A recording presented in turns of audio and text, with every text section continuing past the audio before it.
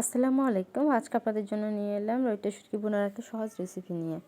আমি শুটকিগুলো একটু ফার্স্টে খোলায় টেলে নিয়েছি, পানিতে ভিজিয়ে রাখবো কিছুক্ষণ। এখন মূল রান্নায় যাওয়া যাক। একটি পাত্রে তেল দিয়ে দিলাম পেঁয়াজ কুচি।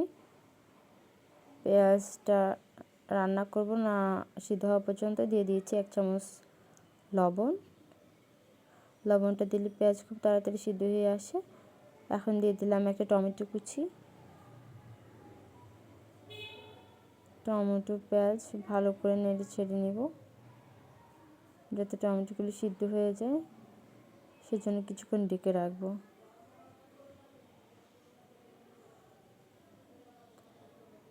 দেখেন টমেটোগুলো সিদ্ধ হয়ে গিয়েছে অলমোস্ট।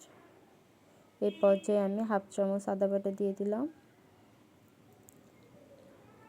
একটু নেড়ে ছেড়ে এখন দিয়ে দিব 2 চামচের মতো রসুন বাটা।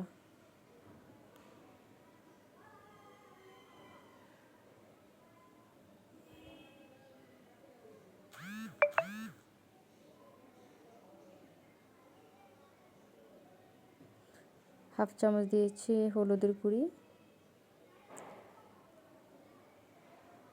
2 চামচের মতো দিয়ে দিয়েছি মরিচের গুঁড়ি।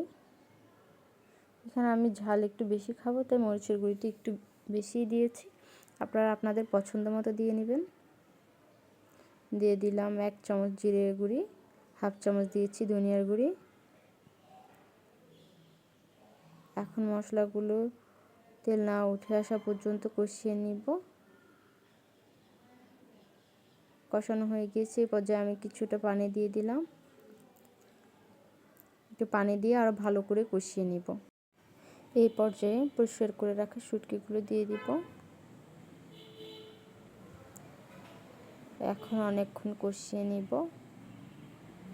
মশলার সাথে শুটকিগুলো ভালো মতো নেড়ে ছেড়ে।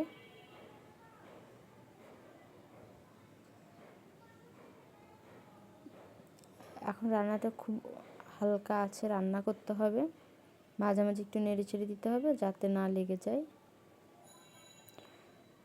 আমি এখানে আস্তে একটা রসুন দিয়ে দিয়েছিলাম, যেটা ক্যামেরায় ধারণ করা হয়নি।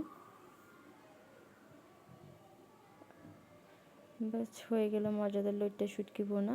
বাই দ্য ওয়ে, আমি আঁকি, আপনারা দেখছেন কুকিং স্টুডিও বাই আখিরন। ভালো থাকবেন, হাজির হব নতুন কোনো রেসিপি নিয়ে।